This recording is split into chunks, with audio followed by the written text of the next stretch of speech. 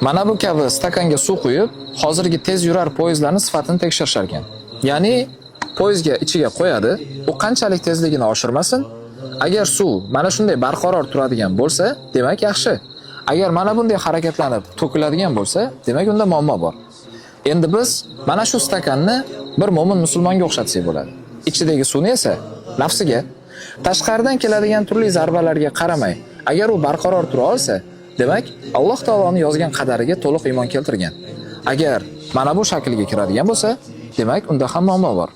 Lekin tashqaridagi zarb nima? U bizni qadarimizdagi Alloh taolodan keladigan turli xil sinovlar, rizqimizning tor bo'lishi, oilamizdagi muammolar, sog'ligimizdagi muammolar yoki yaqinlarimizni yo'qotish.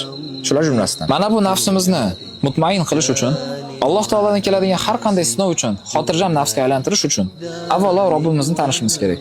Alloh taolo nozil qilgan Qur'on kitobni o'qishimiz, o'rganishimiz kerak. Alloh taolo buyurganlarini bajarib, qaytarganlardan qaytishimiz kerak. Allohni zikr qilishimiz, ibodatlarimizda mustahkam bo'lishimiz kerak. Ana o'shandagina mana bu nafs asta-asta sokinlashadi va oxiri to'xtaydi.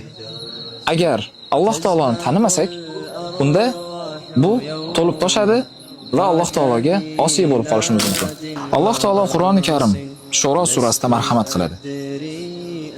Agar Alloh o'zining bandalarining rizqini keng qilib qo'yganida, ular yer yuzida haddan oshib keturlar. Lekin u o'zi xohlaganlariga o'lchab tushirur va u o'z bandalaridan o'ta ham xabardor va o'ta ko'rguvchidir. Demak, birodar, bizga kelayotgan rizq ozmi, ko'pmi? Bu Alloh taoloning fazli bilan va bizga xoir. Va bizga kelayotgan har qanday sinov ham Alloh taoloning qadari va biz bunga to'liq iymon keltirishimiz va nafsimizni mutmain qilishimiz kerak bo'ladi.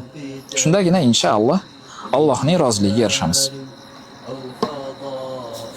Assalomu alaykum.